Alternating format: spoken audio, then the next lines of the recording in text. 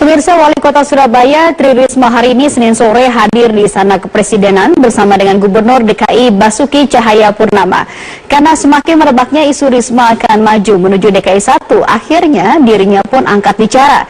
Risma membantah akan maju melawan Basuki Cahayapurnama dalam kursi kepemimpinan DKI Jakarta. Munculnya poster dukungan agar Risma maju ke Pilkada DKI ternyata di luar sepengetahuan dari Tri Risma hari ini. Dirinya digadang-gadang PDI Perjuangan untuk menjadi lawan Ahok. Ternyata hanya bualan belaka. Wali Kota Surabaya itu mengatakan sejauh ini belum ada permintaan resmi dari Partai Demokrasi Indonesia Perjuangan untuk memperebutkan kursi DKI 1. Risma mengaku sempat bertemu dengan Ketua Umum PDI Perjuangan Megawati Soekarnoputri, namun Risma berjanji akan tetap menjalankan amanah rakyat Surabaya. Gimana? Semua teman-teman tahu bahwa saya juga sudah janji sama warga Surabaya. Kan saya nggak mungkin kemudian seenak saya ninggalkan kayak gitu kan. Kenapa enggak? Saya nggak pernah berpikir untuk itu karena terus terang Surabaya itu penduduknya seperempatnya DKI, ya. Luas wilayahnya paruhnya DKI. Jadi saya kalau dibandingkan DKI, saya tuh kayak 3 wali kota gitu. Ya kan lebih berat kan dibandingkan saya. Saya hanya wali kota cuma 1. Menanggapi isu yang beredar, kalau Bu Risma sendiri secara pribadi enggak, saya terus terang enggak pernah. Dari dulu pun saya wali kota, termasuk yang kedua. Saya tuh yang kedua, teman-teman mungkin tidak pernah percaya. Saya enggak pernah bayangkan dan saya tidak siap-siap untuk jadi wali kota yang kedua. KPK hari ini memeriksa Gubernur DKI Jakarta Basuki Cahayapurnama terkait dengan kasus dugaan suap pembahasan Raperda Reklamasi Teluk Jakarta.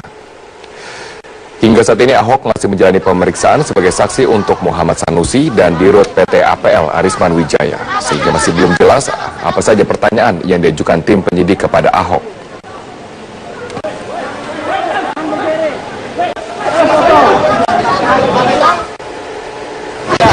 Sebelumnya saat ditemui di Balai Kota, Ahok menyatakan tidak ingin berspekulasi terkait materi pemeriksaan tim penyidik.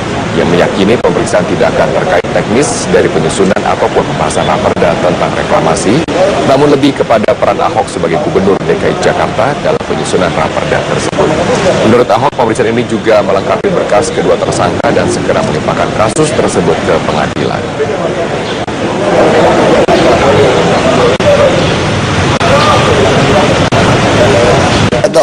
Yang pasti saya dipanggil untuk jadi saksi melengkapi berkasnya Sanusi dan Arisman. Kayaknya mau naik ke pengadilan kayaknya. Jadi, itu aja. Saya nggak tahu. Pasti ditanyain prosesnya. Saya kira kalau soal proses teknis harusnya nggak banyak-banyak ke saya karena saya tidak gitu ikutin. Yang teknis kan udah Ibu Tuti, Pak Gamal udah dipanggil 4-5 kali saya kira tuh. Udah lebih dari cukup. Udah katam itu. Gimana cara bikin? Jadi kira-kira Bapak akan melengkapi informasi apa aja begitu? Saya nggak tahu. Pokoknya kalau ditanya apa saja, pasti saya akan sampaikan apa yang saya tahu untuk saya sampaikan untuk melengkapi. Ya kalau cuma duga-duga, saya nggak berani kan. Dan urusan KPK kan dia profesional, dia lebih tahu lah. Ada apa, nggak korum-korum gitu kan. Saya nggak bisa duga. Gubernur Sulawesi Selatan Syahrul Yassin Limpo lolos sebagai calon Ketua Umum Partai Golkar tanpa membayar mahar Rp1 pun. Syahrul menilai ini sebagai langkah maju untuk menjadikan Munaslup sebagai proses demokrasi.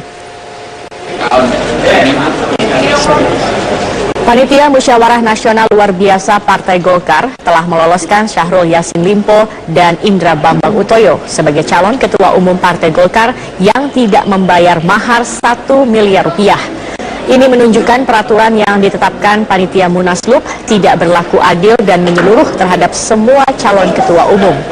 Ia mengatakan ini merupakan pertama kalinya dalam sejarah Partai Golkar menerapkan mahar terbuka dalam pencalonan ketua umum. Terkait harta kekayaannya, Gubernur Sulawesi Selatan 5 periode berturut ini enggan menyebutkan secara terbuka. Menurutnya, data harta kekayaannya telah dilaporkan ke Komisi Pemberantasan Korupsi.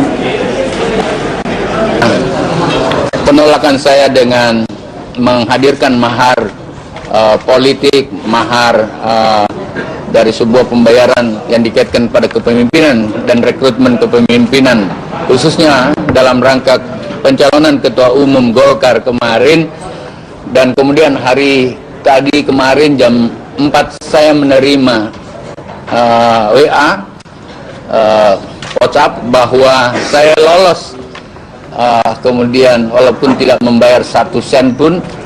Sejumlah mahasiswa asal Nusa Tenggara Timur, daerah pemilihan asal Setia Novanto, mengkritisi masuknya nama Setia Novanto dalam daftar calon ketua umum Partai Golongan Karya. Mereka menilai kontribusi Setia Novanto yang nihil untuk dapilnya, ditambah sejumlah kasus etik dan korupsi yang pernah disangkakan ke mantan ketua DPR itu patut menjadi pertimbangan Partai Golkar dalam menentukan calon pimpinannya. Citra institusi DPR. Di Jakarta, kelompok mahasiswa yang menyebut diri mereka sebagai mahasiswa NTT Peduli Golkar menyampaikan 6 poin keberatan mereka atas masuknya Setia Novanto dalam daftar 8 calon ketua umum Partai Golkar. Peran nyata Setia Novanto selaku anggota dewan untuk daerah asal pemilihannya Nusa Tenggara Timur tidak dirasakan oleh masyarakat NTT. Pun begitu, sejumlah kasus kontroversial mulai dari pencatutan nama presiden hingga dugaan korupsi beberapa proyek yang mengaitkan nama Setia Novanto menambah celah sosok ketua fraksi Golkar ini untuk maju ke kursi ketua umum Partai Beringin. Mahasiswa NTT Peduli Partai Golkar berharap agar steering committee penyelenggara Munaslup berpikir ulang untuk memasukkan nama Setia Novanto ke jajaran calon ketua umum. Kasus koruptif dan konspiratif yang menjeret Ketua DPR RI Setia Novanto sebagai punggawa pohon beringin menjadi tamparan keras ke wajah partai dan juga institusi negara. Maka, Barisan Pemuda Mahasiswa Nusa Tenggara Timur Peduli Golkar mendesak agar perilaku cacat seperti ini tidak dapat ditolerir guna pemulihan kredibilitas dan integritas Partai Golkar di mata publik. Penyidik di Treskrimum Polda Metro Jaya kembali menyerahkan berkas perkara kopi bersianida pembunuh Mirna Salihin dengan tersangka Jessica Kumala Wongso ke Kejaksaan Tinggi DKI Jakarta. Kali ini aparat kepolisian menambahkan 1 saksi ahli toksikologi atau ahli zat beracun untuk memenuhi permintaan kejaksaan. Setelah sempat dikembalikan, berkas perkara pembunuhan Wayan Mirna Salihin oleh Kejati DKI Jakarta kepada pihak kepolisian pada 29 April, polisi dapat memenuhi permintaan jaksa penuntut umum untuk menambahkan saksi ahli dari luar kepolisian, yakni dokter ahli zat beracun sebagai saksi ahli tambahan. Kepala Bidang Humas Polda Metro Jaya, Kombes Pol Awi Setiono, menjelaskan penambahan 1 saksi ahli itu nantinya untuk disinkronkan dengan keterangan saksi ahli dari Puslap Forma Mabes Polri sebagai bukti penguat. Saksi ahli yang diminta terkait toksikologi ini sebenarnya sudah ada dari Puslap Forma Mabes Polri. Namun demikian karena permintaan itu minta ahli yang netral dari luar, ya kita juga melakukan pemeriksaan dari luar. Dan kita sudah penuhi. Alasannya buat pembanding atau pada intinya untuk menguatkan saja, untuk menguatkan. Lebih lanjut, jika hingga batas akhir penahanan berkas perkara Jessica belum juga selesai, kepolisian akan membebaskan Jessica. Melihat adanya tarik ulur berkas kejahatan antara kepolisian dengan kejaksaan, menurut pengamat hukum Cudi Sitompul adalah sesuatu yang wajar.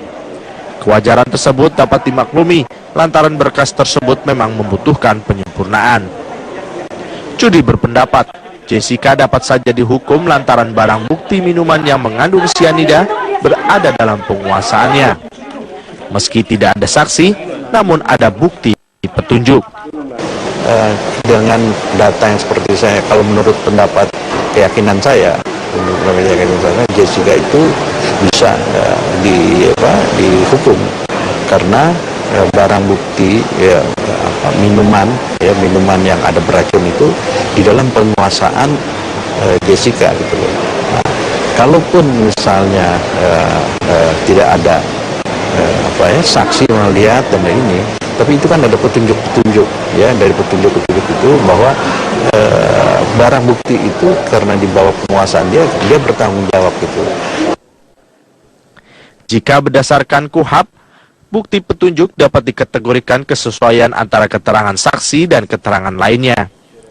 Oleh karena itu, majelis hakim dapat saja memutuskan bukan karena adanya saksi, namun juga berdasarkan keyakinan alat bukti dalam KUHP.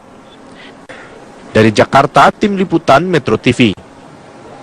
Pemirsa, selain di sejumlah ruas jalan utama, kepadatan arus balik libur panjang akhir pekan juga terjadi di bandara, terminal, hingga pelabuhan. Lonjakan pengguna jasa transportasi diperkirakan akan terus meningkat hingga Minggu malam nanti. Memasuki hari terakhir libur panjang, arus balik penumpang di Terminal Lewi Panjang, Kota Bandung, Jawa Barat membludak. Bahkan ratusan penumpang yang hendak menuju Bogor dan Bekasi terlantar karena keterlambatan bus.